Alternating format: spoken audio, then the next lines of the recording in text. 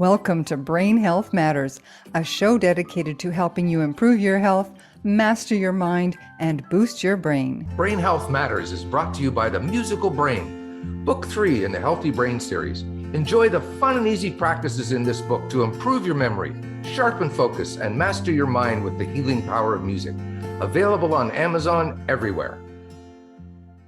I'm Kate Kunkel, author of Don't Let the Memories Fade and creator of Brain Health Matters, a series of courses, programs, and videos all designed to help you become healthier overall so you can enhance and protect your brain and prevent dementia. One of the biggest risk factors for developing dementia is trauma, and that can be a TBI, traumatic brain injury, a trauma from psychological abuse or PTSD from traumatic events, and even ancestral trauma, like we find in the families of Holocaust victims or wars. All of these forms of trauma can negatively impact every aspect of our lives, but today we're going to talk about long-term effects on our brains. So I've invited Keylee Miracle to talk about this with us. Hi, Keylee. Hi, I'm so glad to be here. I'm so excited to have you here, folks. Keylee is a specialist in neuropsychology with an emphasis on trauma, TBIs, and anxiety.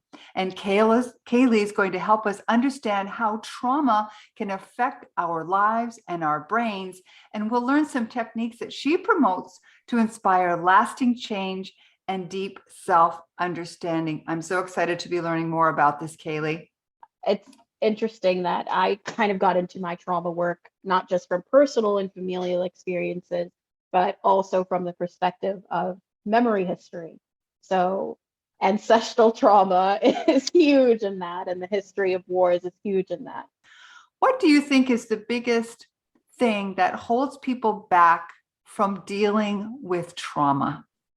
Trauma works on a couple of different levels and has a few mechanisms. So often we can begin to conflate our traumas with our identities. So a happening is not a being, but we can make it so after a trauma just because we get wrapped up in it. And physiologically, psychologically, it's designed to work that way because the aim is to keep you safe in that moment. But when the moment passes and you're still left with that sensation and you're left with that experience, it's hard to process because you feel stuck. So it becomes like a part of who you are instead of just something that happened. Yeah. And when the happening becomes your being, you start to forget, well, who was I before this and who can I be now after? Because you're not going to go before the trauma and magically become that person again. That's just not how that works. But after is a little bit of a different story because now you can't unknow what you know and you can't unsee what you saw. So why do you think, though, so many people resist even dealing with it? Why do you think that is? There's no support or space or room for it in everyday life unless you create it and unless you seek those spaces out. So it can be an immense challenge if you know, okay, something happened to me, but now I still have to be concerned about what I'm going to eat, food, and I've got to go to work and I've got to survive. And to pause that and create room for you to thrive or to better understand yourself is a large investment of time and energy. And it's not that it has to be hard, but it definitely has to be tailored to you and the space has to be created. And it's just not popular in the discourse. I mean, now increasingly so, people pay attention to mental health and trauma, et cetera, but it's still commercialized. It's still, okay, well, how can I clean this up? How can I fix this so that I can go on with my life? And how can it's almost, there's a harried feeling to it. And at that point, you're already harried all the time. So why would you add more to your plate? That makes a good sense because we know that I'm going to go dive into some brain health issues here. We know that not dealing with things adds extra stress on our physical bodies, on our brains, on everything. So that then would make sense that if you've got trauma, any kind of trauma, it would do the same thing. Yeah, it's just like a kind of stress, a form of stress. And it's so deeply internalized that you stop noticing it. Because when we talk about trauma, we talk about, oh, it lives in the body. Okay, well, what does that mean? People who are fans of breath work, I'm a big fan of breath work. It's about the conscious pause. You're always breathing. That's always going to be the background noise. But if the trauma is your background noise and it's living in your body, you don't necessarily know how you're acting it out. You just know it as part of your existence.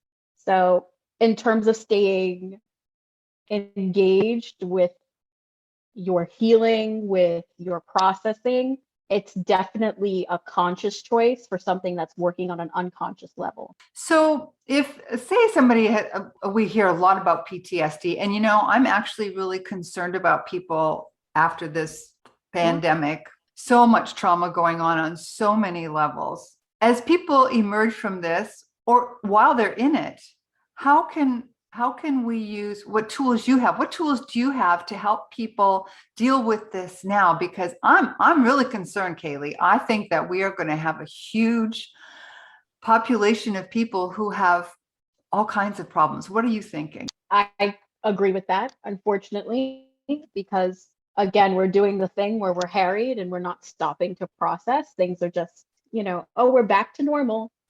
Are we?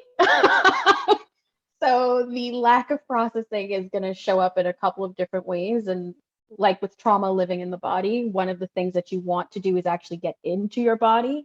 So I always tell people to be somewhat consistent with their grounding practices. So whether that's, looking around the room and engaging your 5 senses and naming your 5 objects around you, or doing some form of breath work, because that's one of the best things you can do for yourself in terms of the oxidative stress of trauma. You can remember to breathe so you can feed your cells and get back to yourself. And for people who are comfortable with it, I always recommend energy work like Reiki to keep them, to activate that parasympathetic nervous system so they're not so activated in the trauma. But there are many, many routes you can go, but grounding and breath work are like the simplest and the most direct and the quickest. Yeah, I think that's important, right? Because many people who've never had to really deal with much of this sort of thing before, all of a sudden are finding themselves in a strange world. So I always like to share things that would be relatively easy for someone, because also that can affect your ability to make decisions, right? When you're in that state of trauma, how do you decide what to do? You're in a place of maybe panic. What would you suggest to someone who's feeling almost in panic stage? Because I know a lot of people here who are. What would you say to someone who's facing something like that now? How would you help them if they came to you? I always tell people to not go against their intuition, to arm themselves with as much information as necessary to feel like they've got some kind of understanding and standing in the actual material. When you ignore your intuition, sometimes you're out of alignment, and you're always out of alignment when you ignore your intuition, but it has consequences. And I think that's what leads to, the guilt and the excessive panic and the long-term stress. And it's important for all of that to be acknowledged in the moment. When you know something is going against your intuition, like, it's okay to acknowledge that. Sometimes we're in situations where it's harder to follow, but it's okay to acknowledge that, this is what is being said. And in order to tap in with that intuition, it would behoove you to take a breath, sort through your options, sort through your decisions. You want to find the option C when you're being presented with A and B and they're not fitting. I just wrote a blog about that a couple of weeks ago on intuition, because I think many people are kind of separated from that and feel that it may not really have anything to do with their brains, but it does, because all of that does reside in a part of the brain, right? It's there Absolutely. As well. So we have to trust that. I know that you work a lot with Black women, particularly, obviously, because of the huge amounts of ancestral trauma. But I also believe that most women have something that could be classified as maybe ancestral gender trauma, because we as women, and most of the folks who will be listening to this are women, it's like from witch hunts to whether we get to make choices about our bodies. How do you think that impacts our brain health, or how we as women may have more likelihood of even developing dementia? Suppression, the suppression of women in general, the suppression of intuition that we're taught to do, the suppression of our power that we are taught to relinquish. We're taught to relinquish all of our power. Coming back to yourself in the moment matters not just for us, but it matters for our foremothers and it matters for our descendants. Spiritually, there's a belief in my tradition that we carry 7 generations at a time, like very directly in ourselves. And you know that you resided within your grandmother at some point. You actually want to process those links. And it's hard sometimes when the truth is not being told. And it's hard sometimes when nobody's addressing what was going on. Like, for instance, you may find yourself, you habitually sprinkle flour on the counter when before you need your bread. You've never considered the logical reason, but you've seen it done. That's what you were taught, so you just do it.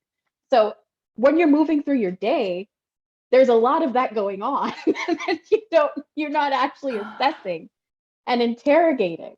So, and interrogating sounds like a little violent word, but you do want to ask the question, okay, well, why do I do things, and is this currently serving me?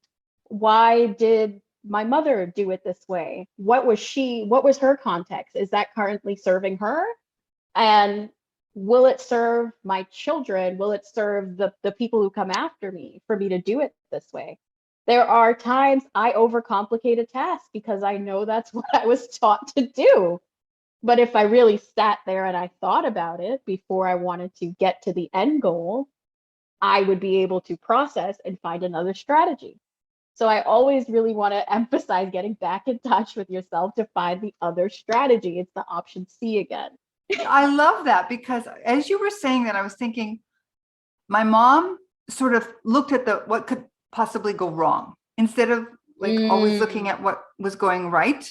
She looked at what could possibly go wrong. And I have to admit that for much of my life, I'm much better now.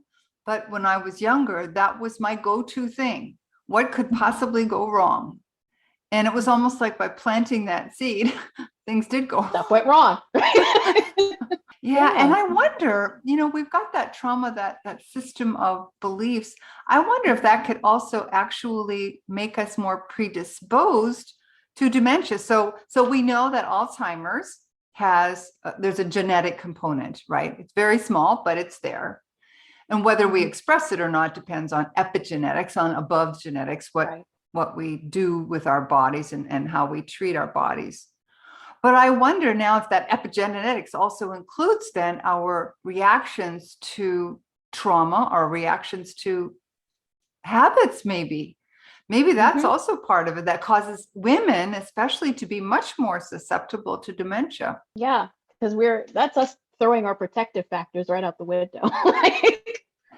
When we're not stopping to actually assess what's working and know that it's okay for things to work and be easy, and for things to work and not have to be the way we've seen it done, and for things to be different, and like us to acknowledge that we're in a different context, we're not being accepting of all the things that are going right or all the things that could go right, and all of the protection that we could be arming ourselves with through following our intuition and through finding ways that work for us, strategies that work for us.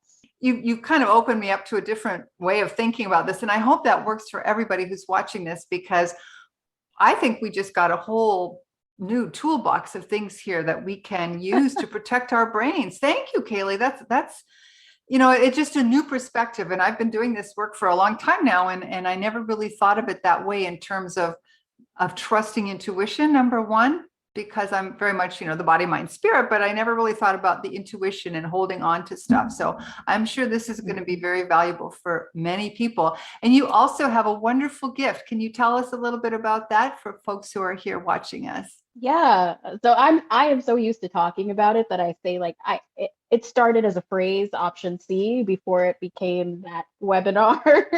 So when I talk about finding if option A and option B are not working for you, we're normally presented with choices.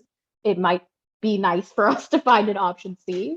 And that's a way to really circumnavigate anxiety. because anxiety, we never want to actually throw it out of the window. We want unwarranted anxiety and excessive anxiety to be handled. But anxiety is there to protect us. Anxiety is there to keep us safe.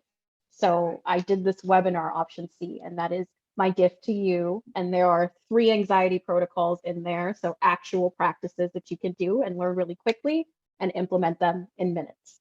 Oh, that's wonderful. I will put the link up in the show notes. And I cannot thank you enough, Keylee. I always promise to keep this short so people can get the most out of it. Are there any closing thoughts you'd like to offer to people in terms of trauma and keeping their brains healthy? Yes. So what you were saying a few minutes ago made me think of our learned hypervigilance. And that is trauma. That's a big factor in a lot of post-traumatic stress. That's a big factor in a lot of neurological diseases. Like as they develop, the precedent can be hypervigilance.